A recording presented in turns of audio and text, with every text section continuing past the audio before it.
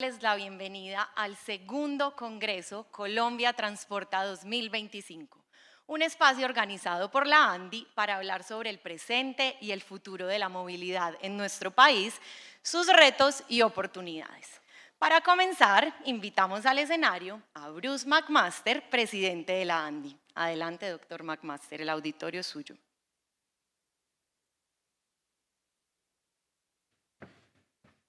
Gracias. Buen día.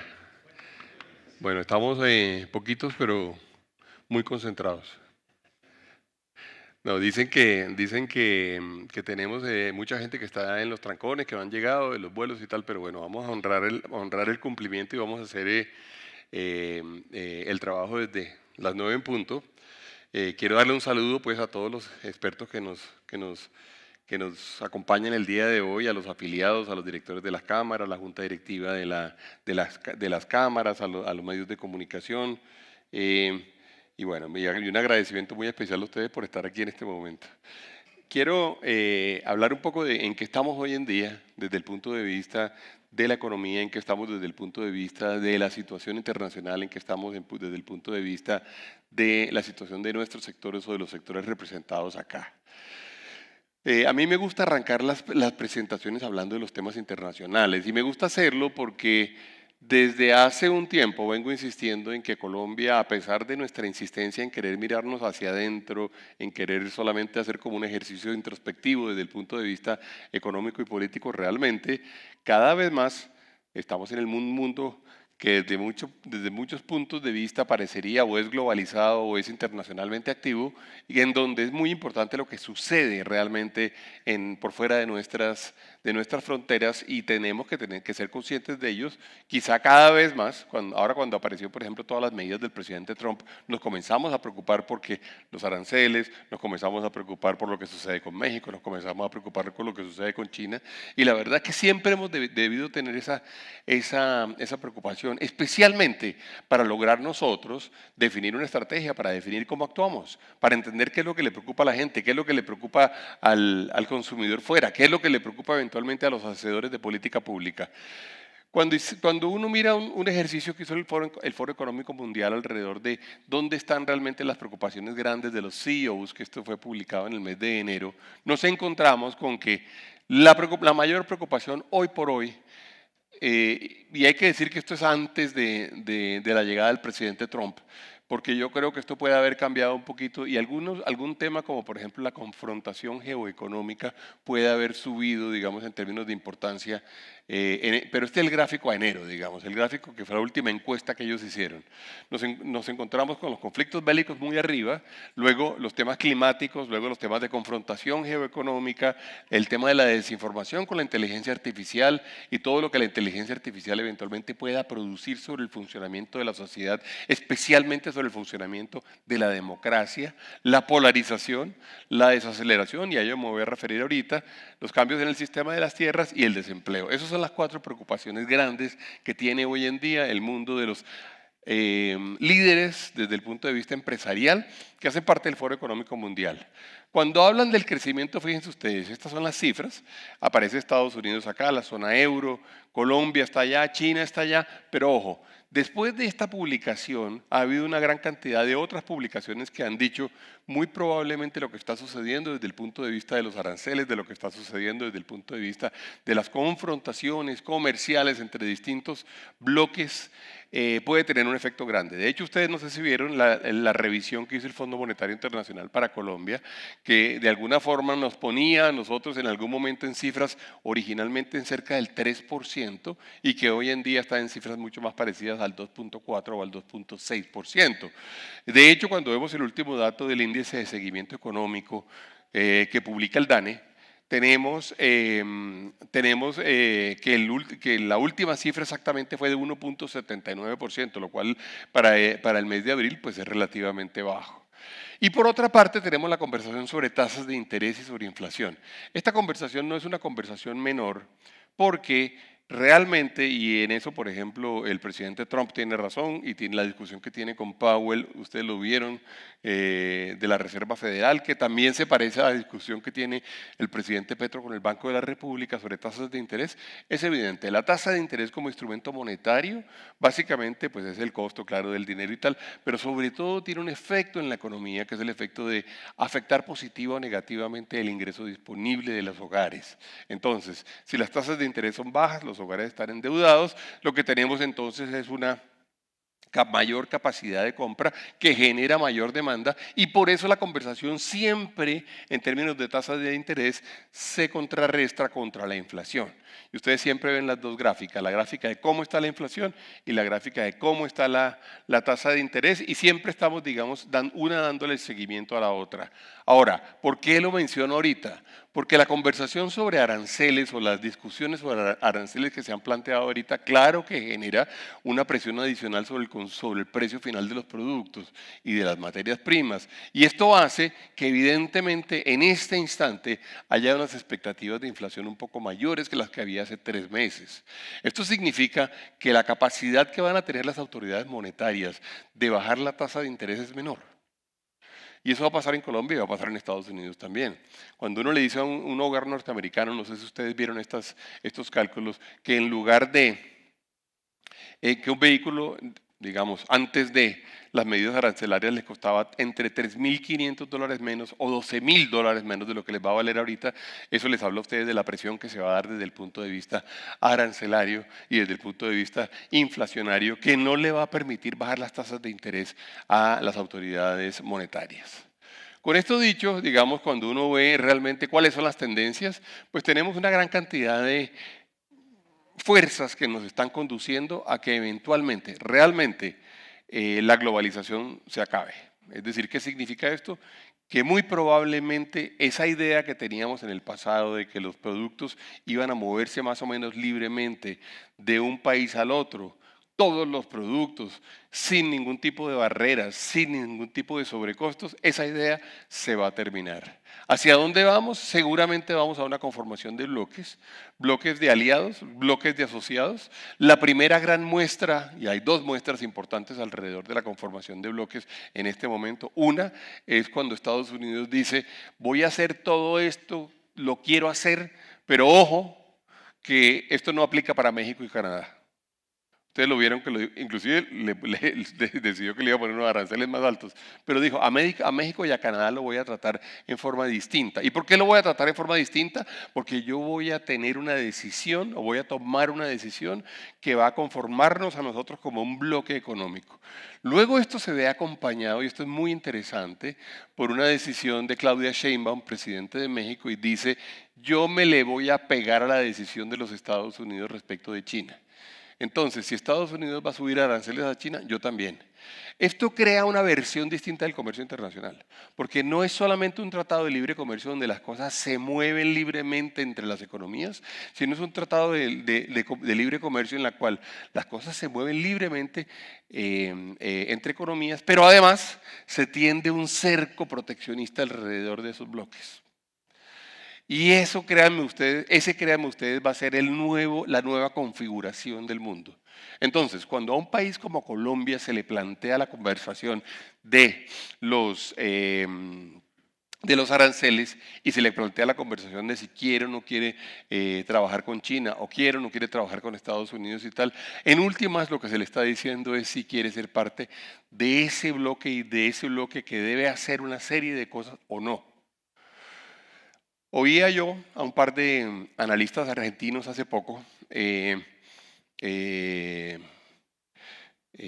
la Lombarda, es el apellido de él, de la Universidad del Salvador de Buenos Aires, que es un buen geoestratega, y él decía, y esto que está pasando en este momento, ojo porque hay países ingenuos que creen que van a poder jugar en los dos escenarios y que le van a poder tomar el pelo un poquito al uno y un poquito al otro y le va a permitir seguir vendiéndole a China, seguir vendiéndole a Estados Unidos, seguir comprando de China y seguir comprando de Estados Unidos. Y todos los países que piensen así son increíblemente ingenuos e increíblemente naif fue la palabra que ellos utilizaron, diciendo esto no se va a poder suceder porque obligatoriamente el mundo va a terminar llevándonos a tener que tomar la decisión de en qué bloque queremos jugar y cómo queremos jugar. Cuando uno ve la decisión de los Estados Unidos o del presidente Trump de hacer la conversación o de abrir el debate fuertemente, quizá un poco más rudo de lo que muchos hubiéramos querido, alrededor de los aranceles, en realidad tiene que tener en cuenta esta realidad. Esta realidad, y ustedes lo ven aquí, es en azul y en rojo, el año 2000. Aquí es cuál era el país que preponderantemente comerciaba con cada uno de esos países, es decir, aquí con Brasil, aquí con Argentina, aquí con Chile, en el año 2000. Azul, Estados Unidos; rojo, China. Ustedes se dan cuenta. Acá teníamos mucho más, quizá el único país que tenía, digamos, una presencia relativamente importante en el año 2000, hace 25 o 26 años, era Cuba. Estaban todos estos países acá. Y en el año 2024, en realidad, lo que tenemos es esta realidad.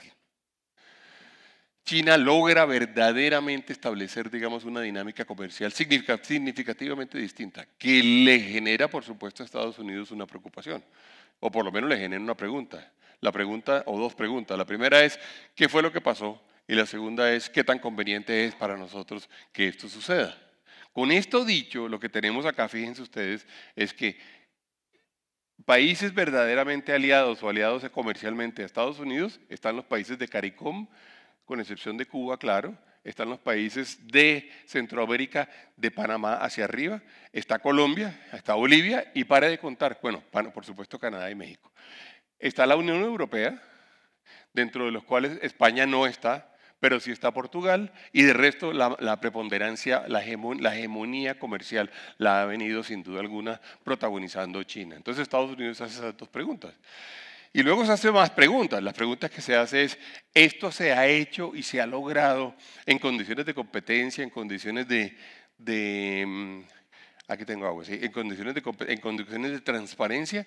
Y la conclusión a la cual llega es que hay muchas preguntas, evidentemente algunas de ellas válidas, alrededor de qué ha sucedido, por ejemplo, en el mundo de lo laboral, qué ha sucedido en el mundo del manejo de la tasa de cambio, qué ha sucedido en el mundo de lo ambiental. Y llegan a la conclusión de que una muy buena parte de las razones por las cuales se ha logrado esto es porque el Estado chino sí le ha metido la mano a que esto se dé. No es simplemente el resultado de la oferta y la demanda. ¿Cómo le ha metido la mano? Bueno, el instrumento más conocido de utilización, digamos, de la economía china para lograr penetrar otros mercados es el manejo de la tasa de cambio. Que es muy fácil. Si usted verdaderamente maneja la tasa de cambio y usted devalúa su moneda, lo que usted produce en su moneda local vale mucho menos en monedas internacionales. La otra forma muy fuerte y muy criticada es la de subsidiar algunos costos especiales o algunos costos particulares. ¿Cuáles costos? Primero, costo de la energía, muy fuertemente subsidiado. Segundo, el costo laboral. Y tercero, el hecho de que no se cumplan con algunos estándares ambientales que otros países sí cumplen, y que cuando se le involucra a su producto, realmente lo que tenemos es un mayor costo. Entonces ahí tenemos sin duda alguna, unas preguntas que terminan conduciendo a algunas conclusiones que son las que llevan eventualmente a las autoridades norteamericanas a tomar decisiones. ¿Qué pasó entonces el 2 de abril, con el famoso día de la liberación, que llamaron el Día de la Liberación? Pues que hubo un incremento muy importante realmente por lo menos en los aranceles nominales, que terminaron, digamos, conduciendo a que hubiera aranceles en ese momento entre el 46 o 48% y el 10% para el resto del mundo, con excepción de México, Canadá, nuevamente, y China, donde también comienzan a presentarse otros hechos muy, muy concretos. No sé si ustedes han oído la afirmación de que Estados Unidos volvió al año 1900 en términos arancelarios. ¿A qué se refiere? Estos son los niveles arancelarios promedio de la economía norteamericana en cada uno de estos momentos de la historia. Y como ustedes se dan cuenta aquí, estamos hablando, es el único momento en el cual estamos hablando de niveles arancelarios tan altos como el que aparecen desde el día del día de la liberación del 2 de marzo. Del 2 de abril, perdón. Por eso es que se dice que justamente que Estados Unidos ha vuelto, digamos, a los niveles arancelarios de inicios del siglo XX. Ahora bien, ¿qué pasó con esos aranceles?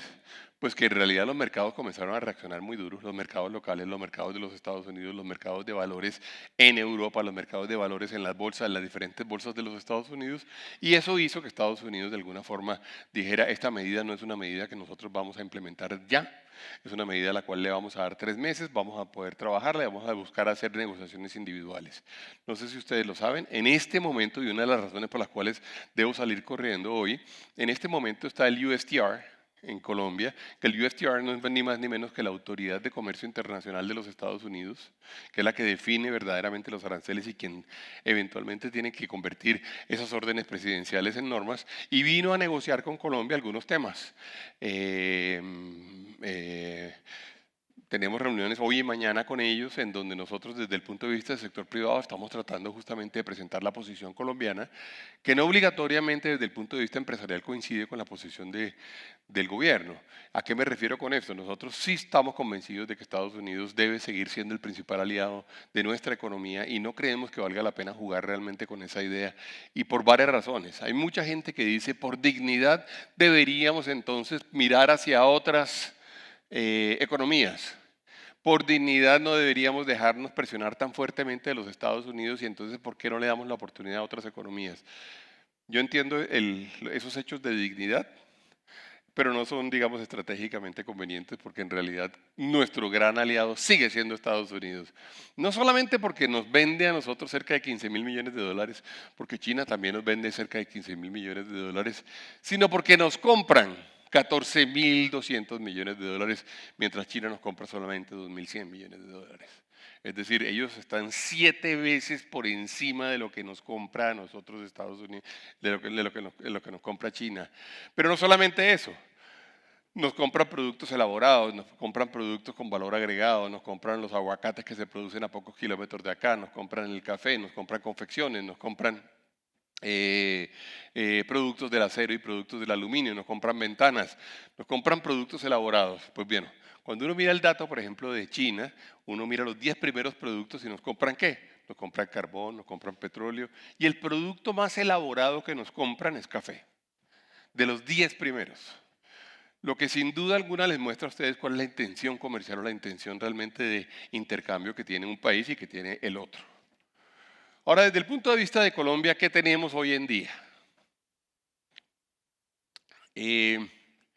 No hay la menor duda de que estos han sido unos años complejos para nosotros desde el punto de vista no solo de la conversación, digamos, con el gobierno nacional, que para todo el mundo ha sido complejo. Ya vemos como hoy en día todo el mundo tiene discusiones grandes. Al principio había algunas personas que decían que nosotros éramos demasiado intransigentes y que no queríamos hacer las cosas que el gobierno quería, o que no complacíamos, digamos, eventualmente al presidente. Y ese no era el punto, nunca para nosotros eso fue importante. Para nosotros siempre la importancia residió en tratar de nosotros defender las cosas que verdaderamente hacen la diferencia en nuestra economía, las que hacen la diferencia en la democracia, las que hacen la diferencia en la institucionalidad, las que hacen las diferencias en la constitucionalidad. Y eso fue lo que nosotros hicimos. Podía ser que no le gustara eventualmente al gobierno, y yo sinceramente les digo, no es el papel de un gremio. El gremio no está para tratar de tener las mejores relaciones con el gobierno. El gremio está para defender la posición de los afiliados, la posición de la economía, la posición de los ciudadanos y la posición, por supuesto, de nuestras instituciones. Y seguimos en eso. Esa es nuestra situación. Ahora, desde el punto de vista económico, ha habido sin duda alguna algunos hechos importantes que nos han conducido a poder afirmar lo que estamos afirmando. Uno de los hechos más importantes, y es una de mis más grandes preocupaciones, el crecimiento económico. Si ustedes me preguntan a mí, desde el punto de vista como economista, desde el punto de vista de análisis de nuestra economía, ¿dónde ha estado la principal falla de lo que ha sucedido, digamos, en términos de las decisiones de política pública por parte del gobierno? La principal falla de los funcionarios y del gobierno y su política ha estado en olvidar el crecimiento económico como motor fundamental del funcionamiento de la economía. Esto ha conducido a muchas cosas. Cuando uno ve, por ejemplo, los problemas fiscales que existen hoy en día, tienen que ver con el crecimiento económico. Cuando uno ve los problemas o las conversaciones tan duras desde lo ambiental que nosotros hemos tenido, tiene que ver con el crecimiento económico. Cuando nosotros criticamos la decisión eventualmente de suspender la exploración de petróleo y la exploración de gas, tiene que ver con el crecimiento económico. Cuando nosotros criticamos algunas de las decisiones, por ejemplo, alrededor de el manejo del territorio y las normas que afectan al territorio y el uso de la tierra, tiene que ver con el crecimiento económico. No ha sido una prioridad para Colombia el crecimiento económico durante los últimos años. La caída, por ejemplo, en construcción, y aquí tenemos un dato que es el dato anual, pero recuerden que el dato anterior en términos de construcción era significativamente más bajo. Es decir, esto es un crecimiento del 1.9% sobre un decrecimiento muy grande que se produjo en los años 2023 y el año 2024. Y ese sector, por ejemplo, es un sector que afecta a 32 subsectores de la industria. Afecta al cemento, afecta al acero, al hierro, a las ventanerías, a los azulejos, a las luminarias, al drywall, a las tejas. Es decir, realmente son 32 subsectores, a todo el sector de la madera. Y fíjense ustedes que hemos tenido otros sectores en los cuales sí tenemos en este momento, digamos, cifras directas que son, digamos, por decirlo menos, pues dramáticas. Tenemos el sector de industria que ha tenido una caída grande, el sector de la caída en la producción de vehículos, que ustedes saben que además está marcado muy fuertemente por la ida de una de las ensambladoras, el sector minería que tiene que ver con las decisiones ambientales que se han tomado. A pesar de que en algunos casos hemos tenido incrementos importantes en los precios internacionales de esos productos, industria que les mencionaba ahorita con una caída del 2.1%, comunicaciones, bueno. Entonces, con esto dicho, yo insisto en que donde yo veo, digamos, la mayor génesis o el mayor origen de los problemas y las discusiones ideológicas que tenemos con el gobierno es en la falta de convicción que han tenido los economistas que han estado al frente de las políticas públicas y los no economistas, también de las políticas públicas que se han desarrollado hasta ahora, de que el crecimiento es el motor grande, digamos, de funcionamiento de la economía. Cuando ustedes le preguntan, cuando ustedes leen el informe, por ejemplo, del Fondo Monetario Internacional, alrededor de por qué levantó el crédito contingente o crédito flexible, parte de lo que les dice es porque Colombia no tiene suficientemente bien definido las variables que van a asegurar la estabilidad fiscal de la nación, entre otras porque no tiene bien definida las políticas para soportar el crecimiento económico. Esto se ha visto reflejado en la inversión, por supuesto, la inversión bruta de capital fijo ha caído significativamente. Este dato que aparece abajo es la variación anual y el otro dato es el dato en billones de pesos. Si ustedes se dan cuenta, lo que tenemos es un dato que está muy, pero muy relacionado, digamos, o muy comparable, digamos, a lo que sucedía en el año 2023, pero si ustedes lo ven allá como porcentaje del Producto Interno Bruto, ustedes se encuentran que hemos caído desde niveles que en el 2014 estaban en 23.4% del Producto Interno Bruto a niveles que están estabilizados muy, digamos, diría yo, tristemente estabilizados en cerca del 17%. Y la inversión extranjera directa increíblemente no ha caído tanto, pero no ha caído porque ha habido dos o tres cosas que así lo han definido. Uno, la operación grande que se dio alrededor de la inversión ustedes se acuerdan de los inversionistas árabes alrededor de Nutresa, que ahí entraron 6.000 millones de dólares, que eso es un montón de dinero. Y luego inversiones que tienen que ver con la reactivación de algunas actividades, no nuevas exploraciones, pero sí algunas actividades en el sector minero y sector petrolero. El otro sector que para nosotros termina siendo, digamos, un gran indicador de lo que está sucediendo en la economía es la participación de las obras civiles como porcentaje del PIB. Y ustedes se dan cuenta de lo que sucede allá. Fíjense los niveles que traíamos durante la última década. Estábamos hablando siempre de niveles que iban entre el 1.5 cuando se arrancó en el año 2010, la gráfica, hasta niveles que llegaron a ser el 2.1 del Producto Interno Bruto. Y fíjense ustedes lo que termina pasando después de la pandemia. La pandemia tumba las obras civiles, las tumba muy fuertemente. El año 2022 también es un año regular porque marca una tendencia a la caída, pero fíjense ustedes lo que pasa en el año 2022, 23 y 24. Estamos hablando de niveles que apenas son del 1.1% o del 1.3%. Ahora, para nosotros eso es importantísimo porque esa es la construcción realmente la construcción de la competitividad. Colombia no tiene forma realmente de ser más competitivo, de bajar sus costos, si no hacemos muchísimas y muy importantes y por supuesto costosas obras civiles. Ahí que tenemos, digamos, como marco general desde el punto de vista de la conversación nacional, pues el hecho de que al presidente y al gobierno no les gusta el trabajo, no les gusta el trabajo público-privado y siente que no se deben hacer cosas, digamos, con esfuerzos del sector empresarial y siente que las carreteras entonces favorecen a unos pocos, las carreteras favorecen a unas pocas regiones que pasan por las fincas de la gente más famosa o de la gente más rica o de las élites. Y eso, y ese enredo, digamos, mental o ese enredo ideológico no conduce a soluciones, porque si uno dice eso, lo puede decir y puede creer en eso y probablemente algunos hechos concretos le puedan dar la razón. Bueno, entonces hágalo donde usted cree que se deben hacer. Es que el punto es ese, hágalas, trabajémoslo y hagamos el esfuerzo. Y aparece una pregunta muy fuerte y es la pregunta de, ¿esto lo puede hacer el Estado solo o esto lo tiene que hacer el Estado con el apoyo del sector empresarial? Los que trabajamos en de alguna forma, resurgimiento del mundo de la infraestructura en los años 90 hasta el año 2010, sabemos que la razón principal por la cual uno invita al sector empresarial y al sector privado a ser parte de la discusión es porque el Estado solo no tiene forma de hacerlo, porque no tiene los recursos. Entonces dice, por ejemplo, critican muy fuertemente que los peajes se vayan a la financiación de las obras. Perdón, si no son los peajes, ¿qué otra alternativa tenemos? Si hay una alternativa, que es el presupuesto general de la nación.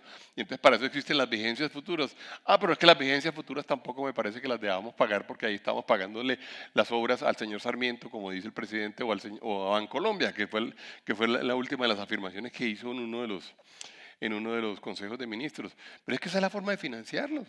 Usted tiene dos formas de hacer obras. Usted o las paga hoy con plata que tiene o con plata que se consigue, o las paga al futuro. ¿Y cómo las paga al futuro? Pues hombre, con peajes o con presupuestaciones, digamos, futuras, como es el caso de las vigencias, que son presupuestaciones obligatorias, que hay obligación de meterlas en el presupuesto general de la nación.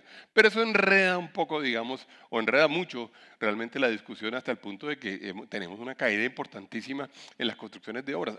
Aquí hay que decir una cosa, perdón, voy a mencionarlo nuevamente aquí, y es que ahí está el metro de Bogotá, que pesa muchísimo, digamos, realmente dentro del total de obras construidas en este momento. La obra más grande que se va a haber construido, digamos, por muchos años en Colombia. Si no estuviera el metro de Bogotá, tendríamos unas cifras significativamente más bajas a estas. Nosotros hacemos este ejercicio de los semáforos para tratar de entender realmente en dónde tenemos alertas, en dónde estamos bien o dónde estamos, digamos, con situaciones que son relativamente graves. Y ustedes se encuentran con que tenemos el caso de allá del rojo de allá, en las iniciaciones de obras, fíjense ustedes, tenemos una caída importante, tenemos las obras el inicio de obras en términos de licencias de construcción se ha venido recuperando un poco durante los 3 primeros meses de este año.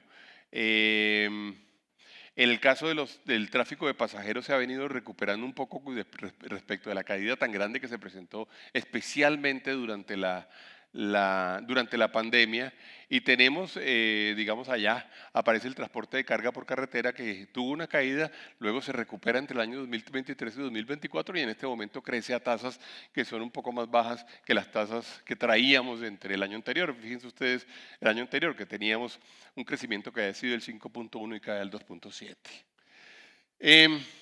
Desde el punto de vista macro, ¿qué más nos interesa? Bueno, ya las tasas de interés sobre eso les hablé. El tema de la inflación. El tema de la inflación es verdad que se ha venido controlando, eso es una de las, digamos, noticias buenas que tiene la economía colombiana hoy día. Tenemos y estamos esperando realmente a ver qué se logra durante el resto de este año, porque los 3 primeros meses han sido meses en los cuales se ha mantenido muy estable la inflación alrededor de 5.2, 5.1%.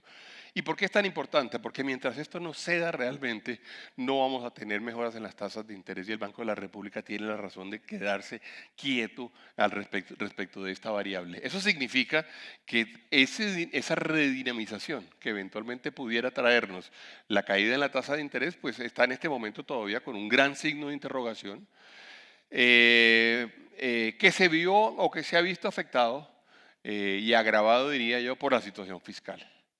es decir, por las finanzas del Estado, por cuál es el tamaño del déficit, por qué tanto dinero tenemos para pagar lo que nos estamos gastando, por la qué capacidad tenemos de poder acudir a los mercados internacionales y mercados nacionales para obtener financiación para el Estado en condiciones razonables. Eso todavía, y lo dijo el Fondo Monetario, no es claro en Colombia. Y lo peor es que estas noticias, como la noticia del fondo, que es el resultado o la reacción del fondo frente a una realidad, son noticias que eventualmente retroalimentan la preocupación. Porque claro, el resto de entidades que sí siguen prestándole al gobierno colombiano se preocupan seguramente por lo que dijo el Fondo Monetario. Y probablemente una de las razones por las cuales prestaban el dinero, compraban los bonos o compraban los TES o le hacían créditos a la nación, cuando tomaron sus decisiones y cuando hicieron todo su análisis de crédito, contaban con el hecho de que el Fondo Monetario tenía el crédito contingente y estaba a disposición de la nación. Entonces ahí tenemos una gran preocupación o un gran signo de interrogación alrededor de qué es lo que en este momento qué es lo que esa decisión, digamos, de estos días pudiera significar en términos de déficit fiscal y por lo tanto también de eventual inflación en adelante.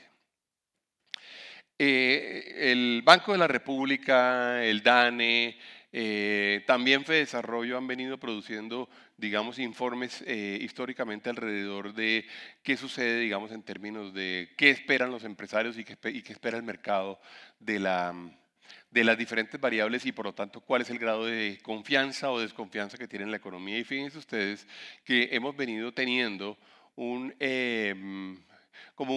serie como de bloques en donde hemos tenido momentos de mayor crisis y momentos de menor crisis, en donde yo quisiera resaltar especialmente lo que está pasando desde el punto de vista de la seguridad que aparece en el gráfico más hacia su derecha. Desde finales del año 2023 el tema de la seguridad se ha venido convirtiendo en uno de los temas de mayor preocupación para muchas de las personas y estamos hablando de seguridad desde muchos puntos de vista. Estamos hablando desde el punto de vista de extorsión muy marcado, en donde tenemos una gran cantidad, digamos, en este momento de actividad que se ha venido además multiplicando y no estamos hablando solamente de las grandes empresas, estamos hablando de empresas de mediano tamaño, inclusive comercios muy pequeños que están siendo víctimas de la extorsión, pero estamos viviendo también una situación territorial compleja en el sentido de que, y ya lo vimos lo que sucedió en el Guaviare, vimos lo que sucedió con el director de las licencias ambientales en el Chocó, hemos visto lo que sucede permanentemente en el Cauca, bueno, lo que sucedió, ni decirlo, en el Catatumbo a principio de este año cuando se declaró la conmoción interior y esta está siendo una preocupación creciente. Y luego, digamos, de alguna forma, estos dos indicadores que son parte de la encuesta industrial conjunta de la encuesta industrial conjunta de la antimanufacturera miden dos cosas distintas. Si uno ve la línea azul, es la pregunta de usted cómo se siente hoy día. Y si uno ve la línea amarilla, es la pregunta de usted cómo está viendo el futuro y qué tan positivo lo está viendo. Y si ustedes se dan cuenta, en general lo que tenemos es como un nivel importante de resiliencia en términos de que la gente hoy en día pues todavía está en niveles del 62%. Esto es mucho peor que el promedio anterior. Pues realmente no, hemos tenido picos significativamente mejores como este de por acá en el año 2022 o significativamente peores cuando se presentó la pandemia. El promedio ha estado en alrededor del 60% de la gente que dice que se siente desde el punto de vista económico en una situación, digamos, favorable. Donde sí tenemos una preocupación es en las perspectivas de futuro, porque tenemos solamente el 30% de la gente diciendo yo veo bien el futuro. ¿Y eso por qué nos importa? Porque es que esa variable es la que define las inversiones. Uno solamente hace inversiones importantes y aquí me voy a concatenar o voy a retrotraer a lo que les mencioné cuando mencioné el crecimiento. Uno solamente hace inversiones y solamente produce crecimiento a futuro cuando uno tiene una perspectiva buena del país en el cual está. Y ahí hemos verdaderamente desde enero del año 2021, incluyendo lo que pasó, digamos, este es el dato de la pandemia, pero por acá inclusive estaba, yo diría que como por aquí más o menos debe estar el dato del paro nacional o del paro que se presentó, recordarán ustedes, entre el 28 de abril y el 6 de junio del año 2021. Luego se supera el paro y fíjense lo que sucede, hay un crecimiento importante en términos de las expectativas y luego de ahí en adelante comenzamos a bajar y bajar y bajar y estamos en un nivel bastante bajo desde el inicio del año 2023. La pregunta grande entonces es esto: ¿hasta cuándo va a durar? ¿Qué va a pasar el año entrante? ¿Qué debemos esperar de aquí en adelante? ¿Dónde están las posibilidades?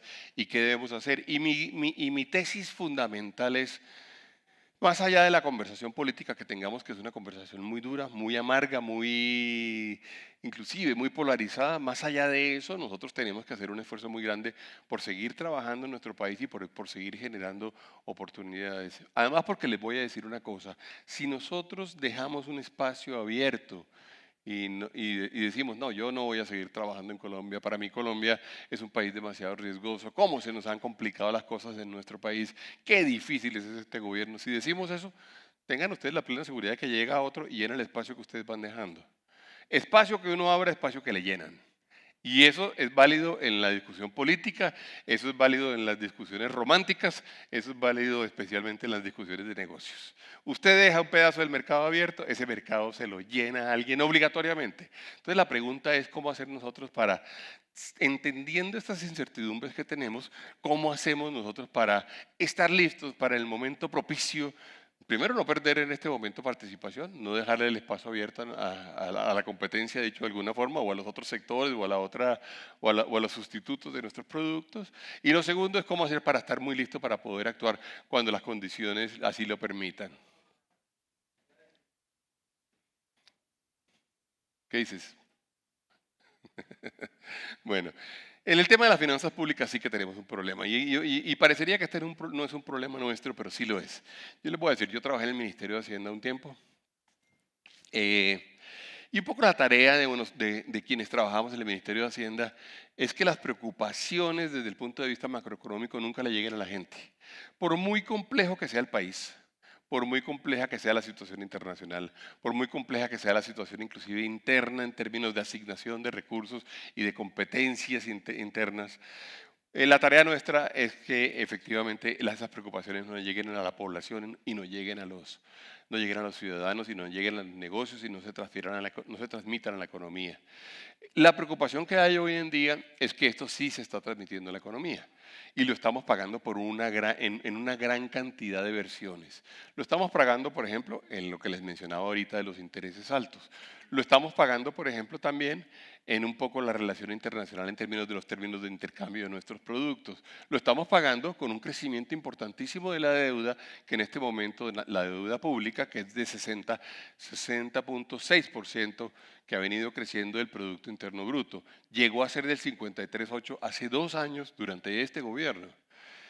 Lo estamos pagando por eventualmente la incapacidad que Colombia pueda tener o la falta de acceso a los mercados internacionales. Lo estamos pagando por la no ejecución de obras públicas o la no disponibilidad de recursos para poder atender las obras públicas.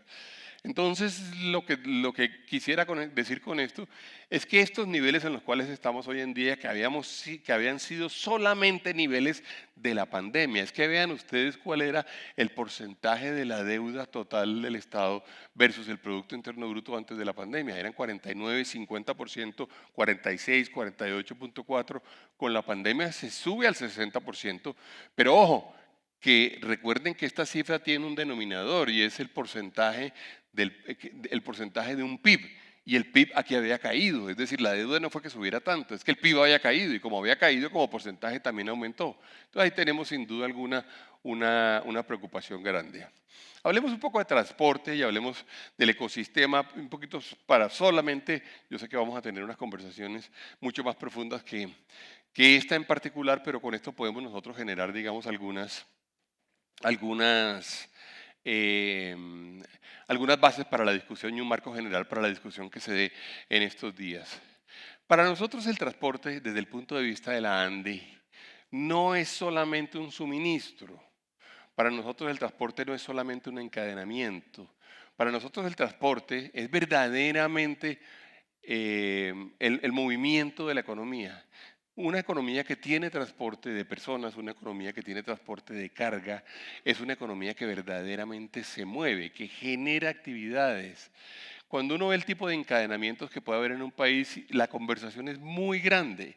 Estamos hablando desde la posibilidad, por ejemplo, de que tengamos verdaderamente, podamos ser nosotros, por ejemplo, suministradores de partes de aviones o de partes de la industria aeroespacial, hasta la posibilidad que tenemos de mover eficientemente pasajeros en las ciudades o pasajeros entre ciudades.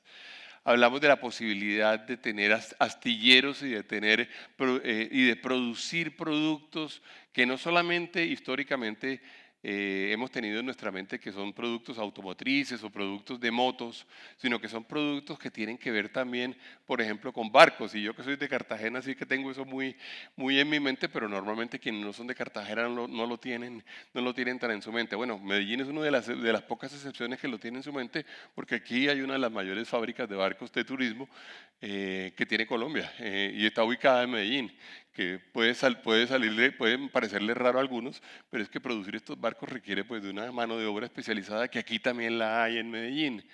Y luego está el tema de la infraestructura. Es cierto que para todo esto debemos tener cada vez mejor infraestructura y la infraestructura significa muchísimo en términos de competitividad y en términos de darnos a nosotros realmente la capacidad de poder operar nuestros productos y poder realizar nuestras operaciones. Cuando vemos los datos de pasajeros y de movimiento de pasajeros y los movimientos de transporte, fíjense ustedes, nos encontramos con que Colombia realmente, a pesar de nuestra geografía o precisamente por ella, a pesar de nuestro tamaño o precisamente por nuestro tamaño, es un país que mueve verdaderamente una gran cantidad de personas. En el caso de pasajeros terrestres, el dato del año 2024, ustedes quizás lo saben mejor que yo, es un dato de 116 millones de pasajeros o 116 millones de personas. Esto es 2 punto algo el total de la población colombiana.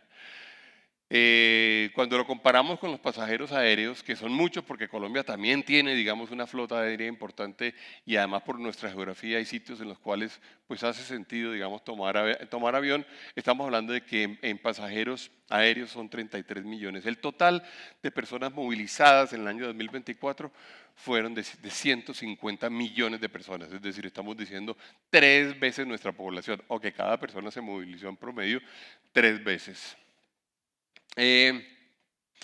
Ahí tenemos, digamos, la proporción entre terrestre y aéreo de cada uno de los meses, fíjense ustedes, del año 2024. Y tenemos que decir que Colombia en pasajeros aéreos, repito, es grande. O sea, cuando uno ve lo que sucede en el aeropuerto de acá o cuando uno ve lo que sucede en el aeropuerto de Bogotá, pues sabemos, es uno de los aeropuertos más grandes del continente. Y a pesar de eso, fíjense ustedes lo que sucede con los pasajeros terrestres. Se están moviendo, digamos, en el mes de diciembre, fueron cerca de 9 millones más de pasajeros movilizados mediante el medio terrestre que versus los pasajeros movilizados en el modo aéreo. Todavía tenemos sin duda alguna mucho que hacer, quizá y volverá a suceder relativamente pronto en términos de movilizaciones grandes de pasajeros en el modo férreo.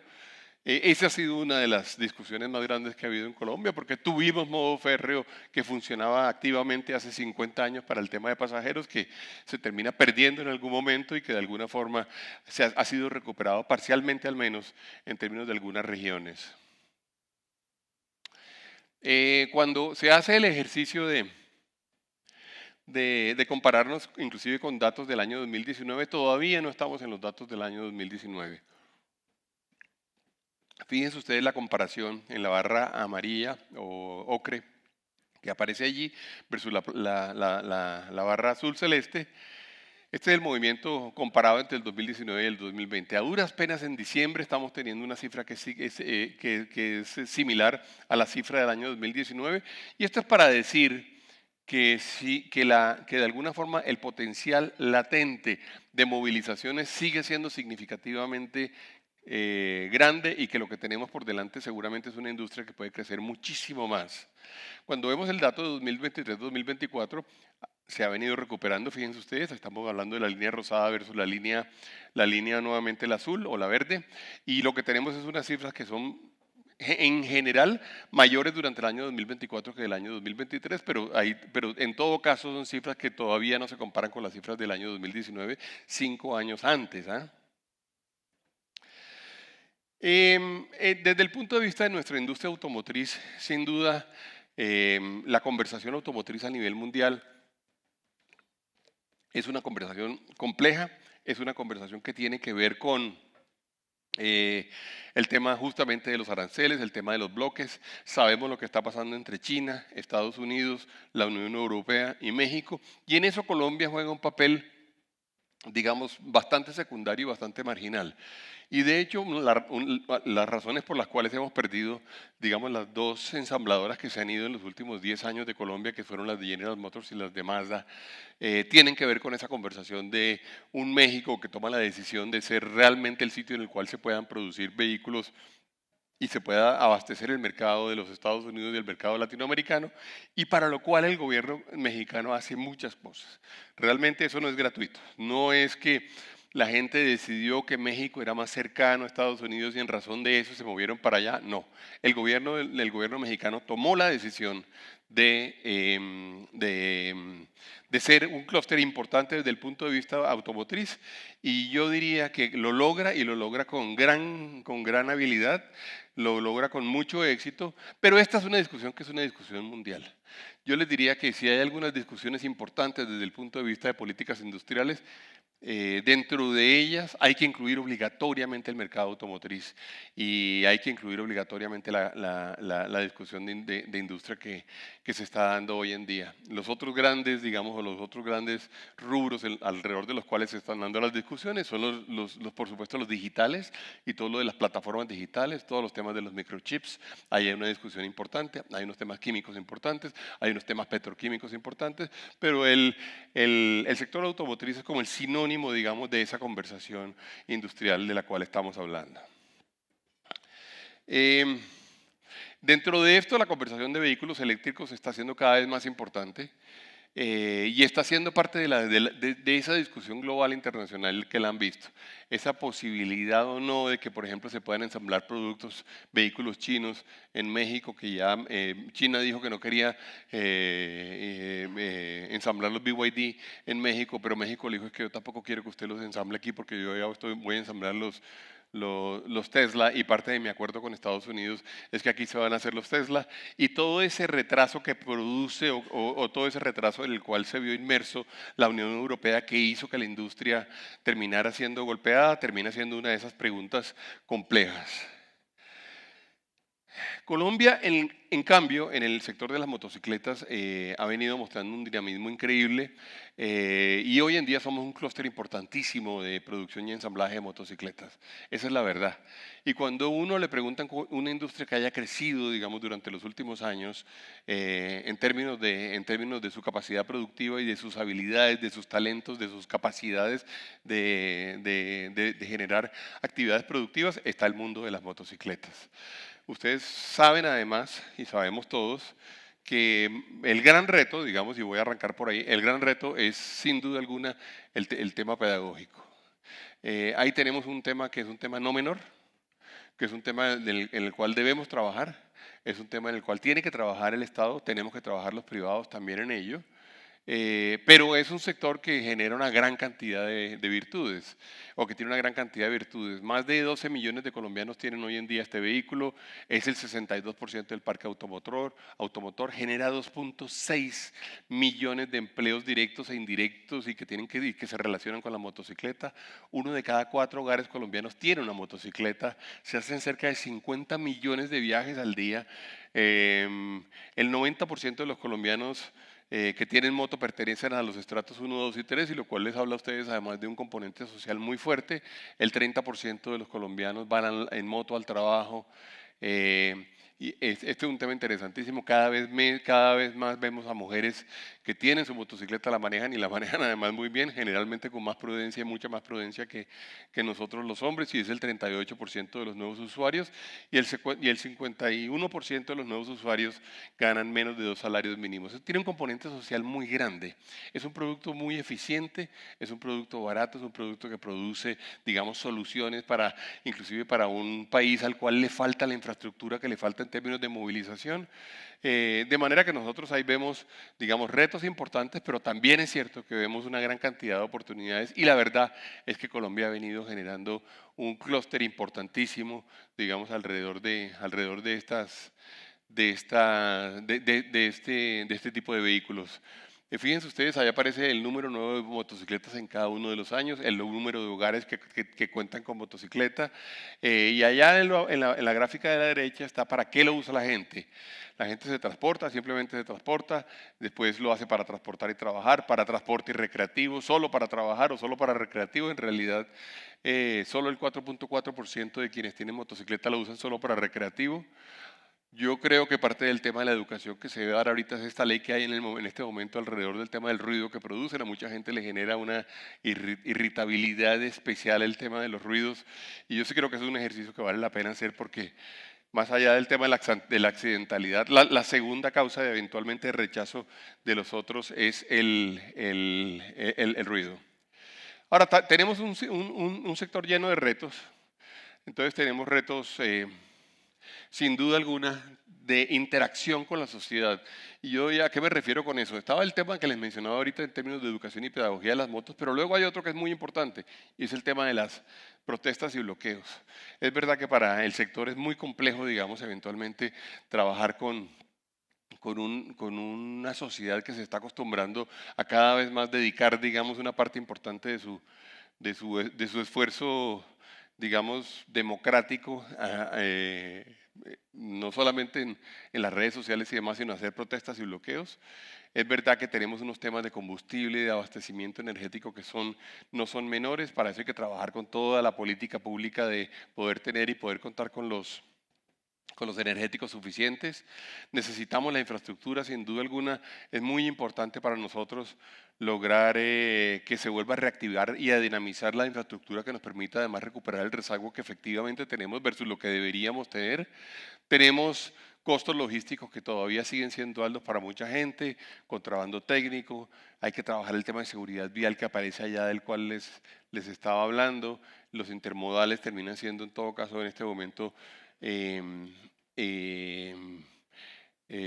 digamos, especialmente ahora, mañana, por ejemplo, van a poner la primera piedra de un ferrocarril en La Dorada, Caldas, y ese tipo de alternativas nos genera algunas soluciones, especialmente para los productos. Este le da una idea de que estamos en la infraestructura. No hay la menor duda de que tenemos, digamos, una gran cantidad de cosas por hacer, en donde nuestros retrasos son grandes. No les voy a hablar de cada uno de ellos, pero hay muchos que además llevan años y años. Les quiero poner el caso del Canal del Dique o del Metro de Bogotá. Son dos proyectos en donde llevamos muchos años tratando de sacarlos adelante. Ya vemos la luz en este momento alrededor del Metro de Bogotá. Ya se nota la obra en la ciudad. En el caso del Canal del Dique, no. Luego tenemos, digamos, les mencionaba a ustedes, y esto es un ejercicio que hace Colfecar en particular, que me parece que es muy valioso, que es el tema de qué tantos bloqueos se producen en un país. Ellos dicen que en el año 2024 se produjeron 801 bloqueos, aparecen mapeados allí. En algunos casos eran bloqueos relacionados simplemente con protestas, en otros casos son bloqueos relacionados con grupos armados. Y es un instrumento que sin duda alguna le afecta a la competitividad del sector, pero afecta a la competitividad de todo el país también. Les mencionaba a ustedes el tema de la seguridad vial. Aquí Colombia tiene que hacer algo, y tenemos que hacer verdaderamente una campaña que sea una campaña de todos. Quizá todos los que manejamos nuestros vehículos hemos tenido alguna vez un incidente con alguien en una motocicleta, y muchas veces se trata solamente de pedagogía de unos y de otros. de la pedagogía del respeto, digamos, del que anda en el vehículo de 4 ruedas y de la pedagogía de la cautela del otro lado. Se están haciendo algunas acciones, se están haciendo unos proyectos de sensibilización y concientización. Nosotros estamos trabajando desde la ANDI en ello, lo hacemos en conjunto con los productores y con los ensambladores y creemos que vale la pena seguir profundizando en ello. Luego tenemos un reto, para hablar del otro sector que nos toca aquí, que es el tema de las llantas. Tenemos un reto inmenso, digamos, en este momento relacionado con qué va a suceder y cómo se va a producir realmente el abastecimiento de aquí en adelante. Aquí sin duda alguna hay que tomar de alguna forma algunas decisiones en términos primero, de lucha contra el contrabando, que sin duda alguna es uno de los grandes problemas que tiene Colombia. Este sector es uno de los sectores afectados por ello, pero también luego en términos de cuál va a ser el posicionamiento a nivel internacional, entre otras cosas, porque Estados Unidos tendrá que definir también si quiere ser muy activo en esta industria y si quiere seguir participando y cómo lo va a hacer en forma competitiva, porque de lo contrario, si Estados Unidos no presenta una alternativa, pues es natural que efectivamente las llantas se traigan de otros lugares.